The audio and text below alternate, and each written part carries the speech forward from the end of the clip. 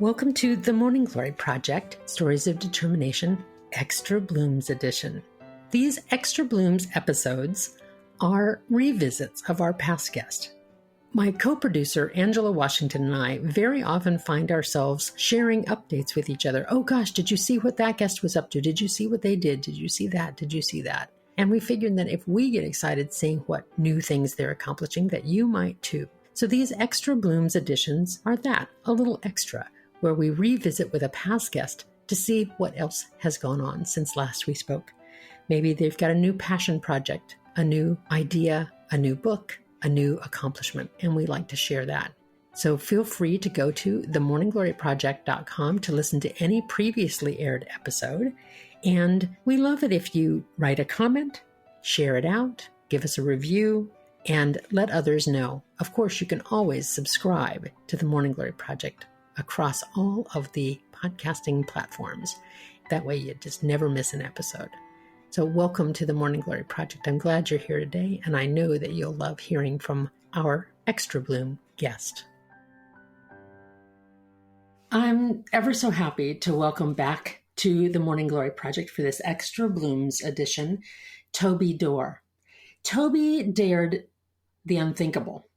In 2006, she broke a convicted murderer out of the Lansing Correctional Facility. Since completing her time in federal prison, she has achieved 2 master's degrees and rebuilt a broken life.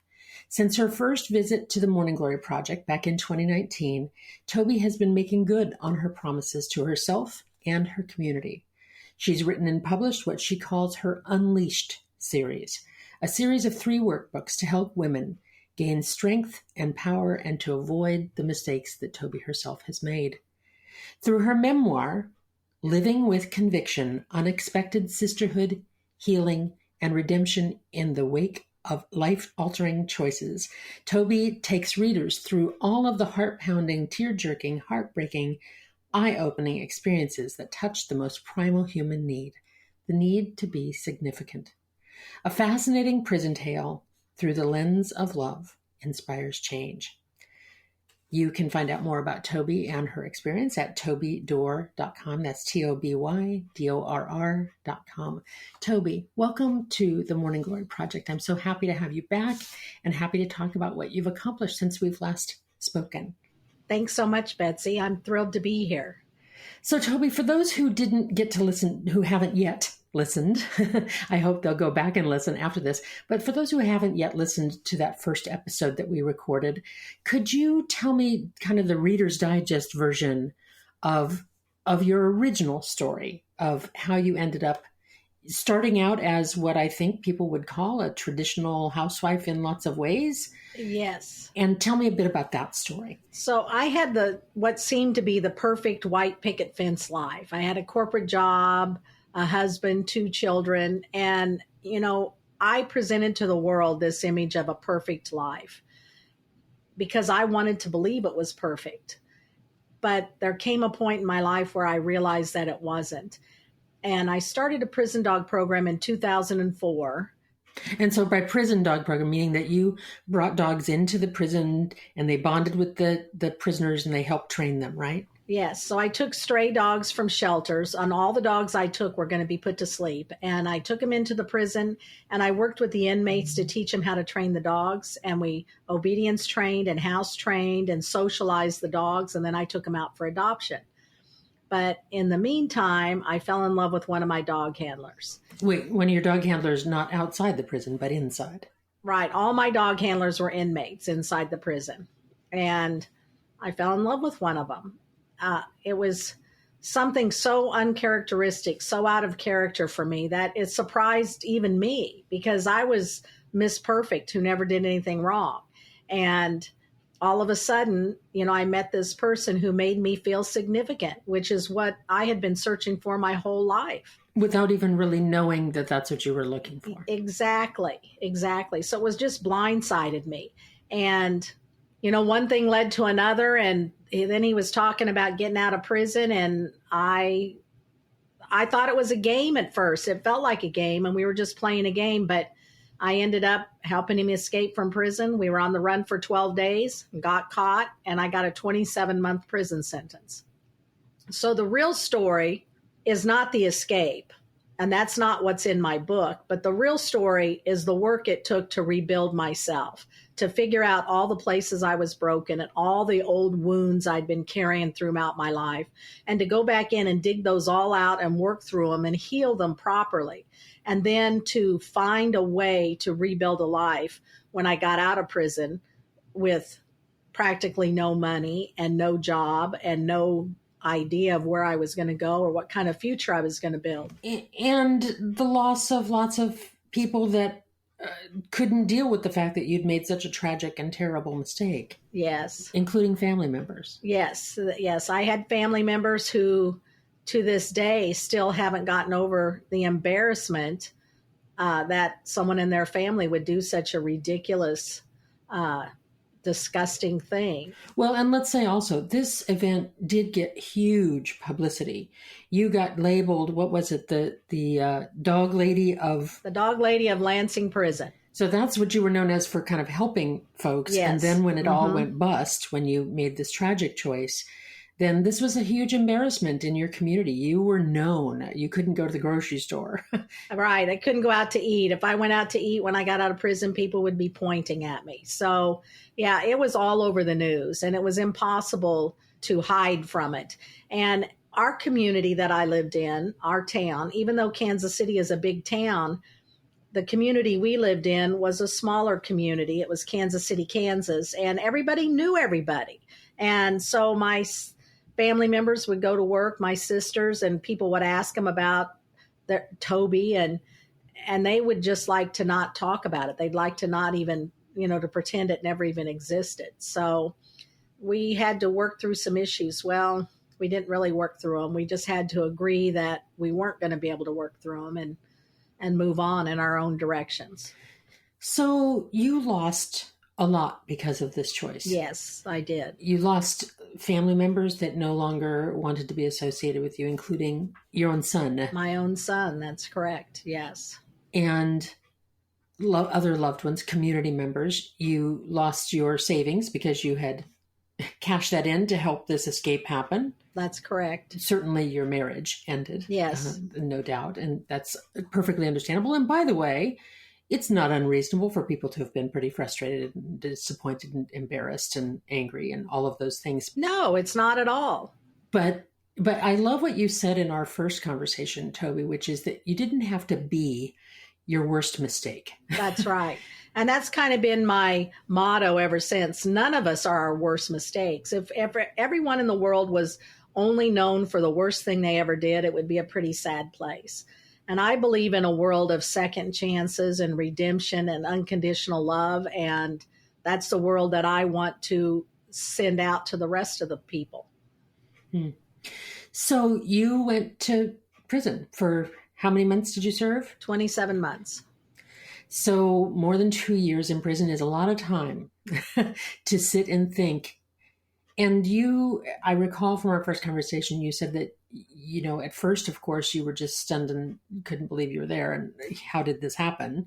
There had to be kind of a fog period of what the hell, That really was. That's true. Then that changed for you. Yes. The kind of fog cleared a bit and you made some decisions. And why don't you tell me about that? I did. So I realized that I could live forever in this slimy goop of shame, or I could rise myself out of that goop and admit, I did something stupid. I did something really wrong, but now it's time for me to move past it. I can't dwell on that. I have to move beyond it, and I have to find something, some purpose, some reason to move on. And I had a revelation in prison. I was on suicide watch, and I was, just trying to figure out what I was doing here, why God wouldn't just let me die, because it seemed like the best answer to everything. And you could have, by the way. There was a car accident. You were with a felon. Yes, a high-speed car chase into a tree at 100 miles an hour. It was just so crazy all the times that I could have not made it. And I did. And I just had to believe that there was some purpose in that. And while I was on suicide watch, I heard a voice tell me that I needed to tell my story, that the world needed to hear my story, and that I could change women's lives with my story. And so that gave me purpose. It gave me a reason to continue, and it emboldened me and it empowered me. And I knew I could rise past the muck I was in and find a way to make something in the world. Well, and I want to clarify something here too, because Toby, in my acquaintance with you, I've become clear that when you say I need to tell my story, you're not talking about falling in love with a prisoner and doing a great escape. No, that's not the story that I'm telling. The story I'm trying to tell is that it is possible to rebuild your life, that no matter how far you've fallen or how dire your circumstances seem or how hopeless the future looks, there is a way. You can redeem yourself. You can pull yourself out of that muck, and you can rebuild your life. And I hope to inspire other women with my story so that they can look at me and say, if she could pull herself out of that pit, I can get through what I'm going through too. Well, and let's talk about that pit for a second, because you didn't go from being a law-abiding citizen to boom, helping a guy out of prison. You went from being a person who had some deprivation, some emotional, psychological deprivation in her life. You weren't feeling, what's your word, significant to anyone. Yes. And that lack of feeling significant, valued, important, as though what you're doing is making a contribution to the world, was just the right kind of soil in which a person like a prisoner with very good, keen instincts into people could plant the seeds of how significant you were to him and how important you were. And even outside of prison, people, and I'm going to say women more often, but people fall into that. Many of us have that feeling of not being loved and not being worthy, not being important, not being significant. So we are vulnerable to people that can be manipulative. How many times have you seen Dateline or something where somebody falls for a con man or whatever? I mean, it's practically, soup du jour for them every evening when they put those shows together. So there are lots of people walking around feeling insignificant. And when someone shines a glowing light on you and you are basking in that glow, that's when you're getting seduced. That's when you're getting set up. That's right. And I say it was like pouring water on a dying plant. I mean, it was just, I didn't even know what I was looking for. And then it found me, and it was like I couldn't get enough. And by the way, I have been on Dateline. I know. Yes. Yeah. So you were one of those. I fit the mold very well. Yes. But if only you were the only story like that on Dateline, then I wouldn't have made the comment. But on and on and on, I see them all the time. It is. That's exactly right. And sometimes the same con man, brings in 50 or 60 women before he gets busted and caught. So you're in prison and you've come out of the fog. You've made this decision. You've heard this voice that says, come on, this doesn't have to be the goo you live in forever. And so you make some decisions. Tell me about those decisions, because they affect the products that you now have. So I decided that I was going to use my time in prison to focus on myself and analyze my life and go back and explore all those old wounds and all the childhood trauma and teenage trauma that I had experienced, the trauma of losing a daughter at birth that I never dealt with. All these things, I needed to bring them out into the open and really face them instead of burying them and pretending like they didn't exist. And I also realized that I could not lean on anyone else to pull me through this. I had to stand on my own. And I had to even resist those who wanted to carry me through this path, because I didn't need to be carried. I needed to stand alone, and I needed to find my own way. What do you mean by resisting people who wanted to carry you? Well, for instance, I knew I couldn't. I really loved John Maynard, the man I helped break out of prison. But I knew I couldn't stay in that relationship, because then I would lean on him to find my self-value instead of leaning on myself to find it. So I had to kind of cut ties, even ties that hurt to cut, so that I could move forward. And, with those family members who wanted me to never talk about my story and never bring up my story and pretend like it never existed. Well, that's what I'd done my entire life. That's what got me to this point, was pretending like none of the bad things ever happened. I was not going to do that again. So I had to knowingly and lovingly let go of people who were important in my life so that I could move forward.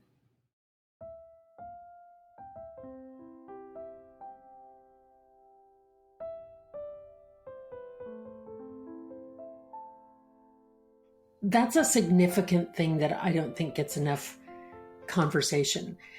That so many times when there's been something tragic in our lives, or particularly in your case, many of the folks that I've interviewed on the Morning Glory Project have had tragedies happen to them. Mm-hmm. And you're talking about a tragedy that was a mistake on your own part. It was of your own volition. So many times when people have made mistakes, or even when tragedies have happened to them also, they're urged not to talk about it, or they feel like not talking about it. Mm-hmm. And it sounds like that's, I always say boogeymen live in the dark. Boogeymen live in the dark. And when we shove a story down and away and pretend it isn't so, that doesn't mean you have to talk about it, the first time you meet somebody. It just means that it's no longer a secret. It's no longer a boogeyman deprived of light. And so it sounds like you're saying that there were people that are still in that habit of let's tuck it away. And that's how you got in the problem in the first place. That's how I got in the problem in the first place, was that I didn't acknowledge the grief in my life or the hurt in my life or the wounds in my life. I just pretended like that's right. I just pretended like everything was perfect and I was just going to move forward. That doesn't work. That just doesn't work, because you're lying to yourself and you end up keeping secrets. So for most of my life, the people that were a part of my life didn't even know I had a baby daughter that died, because how do you bring that up? It just doesn't come up in conversation. So then you feel like, when you want to say something about her, you can't, because you've never told them the story. So it's unnatural. Well, or because it might upset them, or it might make them uncomfortable, or it might make you cry, or whatever. Whenever we've had a pain or a loss or a mistake or something we're ashamed of, we're protecting ourselves from the emotion of it, but we're also protecting other people from whatever reaction. I know that, for example, when I lost twins at pre-birth, and I know that when I say that to somebody, they always go, "Oh, I'm so sorry." There's this big reaction. I don't want to make people uncomfortable. Exactly. That is exactly it. You don't want to make them uncomfortable, so you keep your secret. And that's another kind of wound. Yes. Right. Yes, it is. That's another kind of wound to yourself. Yes. Yes, it is. Well, so that's all the setup. And so now you've served your 27 months and you decided to tell this story, that this was going to be part of your life. And I think of your story, Toby, as not a happy ending story, because there still is loss. There still are people in your life that you've lost and that you don't have connection with. You're estranged from family members and loved ones. But I think of it not as a happy ending story, but sort of as a happy beginning story, because you then went on to create. And so you've created 4 things. One of them is a 3-part thing, and that is your series. Tell me a little bit about that first, because that was the first thing. Yes, that was the first thing. So I went to a Women Starting Movements conference in Chicago in 2019. And on the train ride home, that conference just pumped me up. And I felt like, I needed to find how I was going to make a difference in the world. And I realized on that train ride home that the act of going back through my life while I was in prison and digging out all that old junk and working through it and healing it is really what saved my life. And I was so grateful that I had the foresight to do that.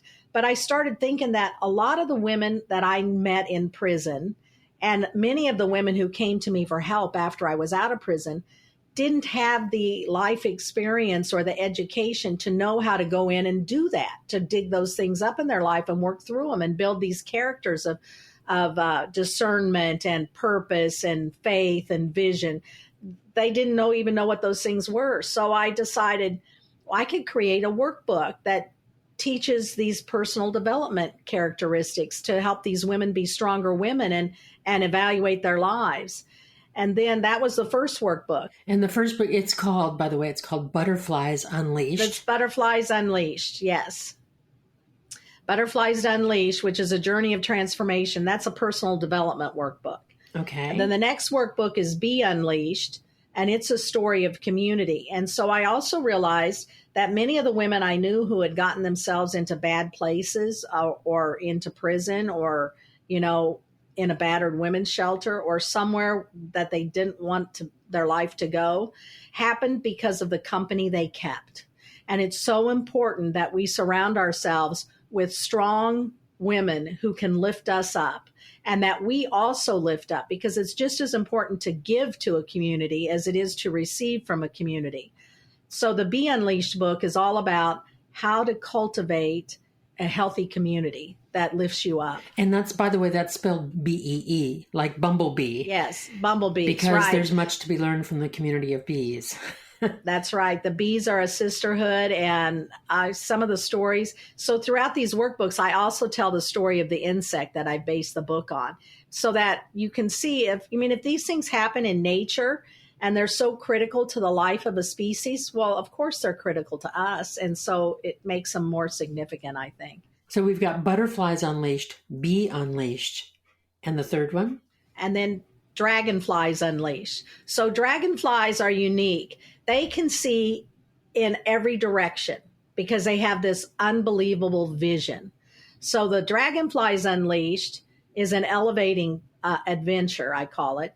And it's for those women who feel called to do something, but they don't quite know how to identify what that thing is. So Dragonflies Unleashed is all about, finding the thing that sets you on fire when you think about it, the thing that you would work on even if you didn't get paid for it, because it's that important to your spirit. So it's kind of some ideas and some exercises and some contemplations about how to find that thing that's your spark, and then how to set it on fire and take it out into the world and make the world a better place. I love your descriptions of these and your choice to use nature as an inspiration, Toby, because they also, it strikes me as first it's the inner world, then it's I need other people, and then it's out to the world. Yes, that's right. Perfect poetry of motion in that. So subsequent to that, though, now you've written the story of your story, and that's your memoir called, and I love this title, by the way, Living with Conviction. I just think it's a perfect title for what you've done. Thank you. And tell me about Living with Conviction. And I also know that that Lifetime is doing a film related to this. You didn't get to write the film, but they've done a film inspired by your story because there are lots of interviews with you out on the Nightline included. So tell me about, and that one's called Jailhouse Lovers. It airs. I think that's what it's called, Jailhouse Lovers or Jailbreak Lovers, something like that. It airs July 2nd. July 2nd, 2022. Yes, so in just 6 weeks or something like that. From when you and I are having this conversation. Someone might be listening to it later on. Well, that's correct. That's correct. So tell me about Living with Conviction. And as I read this book, I realize that you're emphasizing a different thing than people might be thinking that you're going to emphasize in the story. Tell me about this memoir and what your intention is with it. So my intention with this book is to reach women who also have a fire in them to make the world a better place, and to inspire them to start putting that in motion, because I believe every one of us was born with a purpose and a skill that only we can offer. So there's thousands of teachers, but the way each teacher teaches is a little bit different than the other teacher, and we need them all. Whatever that skill is that you can bring to the world, if you don't find your voice and spread your message to the world, then the world is what loses, because we've missed that significant thing that only you could bring to us. So Living with Conviction is all about, not only did I have to learn to live with a conviction, which is a difficult thing to do, But I also turned that around, and conviction is a strong word about something you believe in so deeply that there is no way you can be detoured from that path. So it's a bold way of taking your message out into the world. And that's really what the book is about, how I found myself in this most dark place and use that darkness and that rock bottom. I always say, rock bottom provides a really strong foundation to build a new life on, because you can't go any lower, and the only thing you can do is go up. So really, rock bottom, I found, was a pretty good place to be for a little bit. I didn't want to stay there. No. But the story is about, how I found the strength and what inspired me and what I went through to finally come out on the other side and have a vision and a purpose to take to the world. That rock bottom thing, I haven't ever heard it said quite that way, because in recovery communities, a lot of people talk about bottom, hitting bottom and all of that, and what a miserable place bottom is. But of course, if you're talking about your bottom in terms of recovery, it means that's as low as it went and things are up from there. Yes. But I hadn't thought about it being a firm foundation before. That's an interesting way to look at it. And you write in your press material, you say, "We shine our brightest through difficulties. We are greater than our worst mistakes. What we do matters. Strangely, behind bars, I found freedom from duty, fear, and perfectionism. I used my time to find myself. Live your life with conviction. Change the world."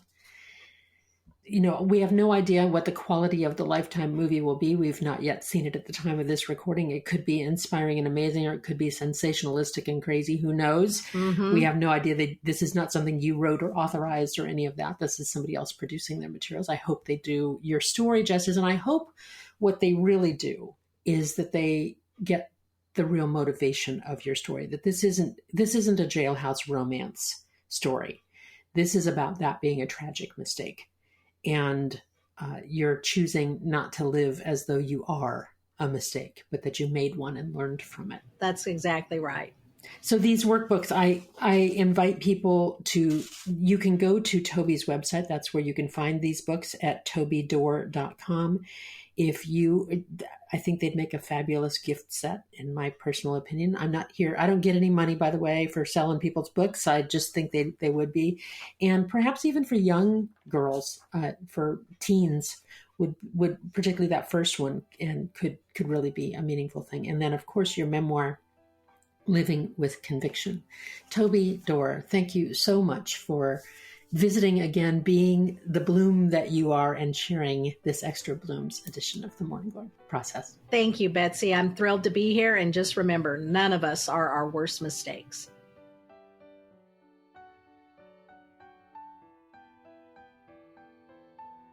I think it'd be pretty hard for most of us to sit with Toby Dorr for any length of time without feeling a new level of energy and inspiration. She has gone to the depths and looked inside and worked some things out. But she didn't just stop there. She went inside and worked on herself. She looked at her community, and she looked at the wider world. That's why I'm so excited about her Unleashed series. But Toby said something to me today that in our conversation that is a real extra bloom for me, and another way of looking at things. I've talked with a lot of guests on the Morning Glory Project, people that have had tragedies happen to them, people who have made tragic mistakes. And Toby said, when you hit rock bottom, you realize that rock bottom is a pretty good place to build a firm foundation. I've never heard it said quite that way before. A lot of folks in recovery talk about hitting bottom, and that's just too hard of a place to stay, so they grow from it. So this kind of is compatible with that in a way. It's a pretty nice extra bloom. If you're at a rock bottom kind of a place, either because of your own choices or because of things that have happened in your world, maybe it's time to start building. I'll take that as an extra bloom for today. Thanks so much for listening to the Morning Glory Project. I'm honored by the gift of your time, and I hope that wherever you are, that you are finding a way to bloom.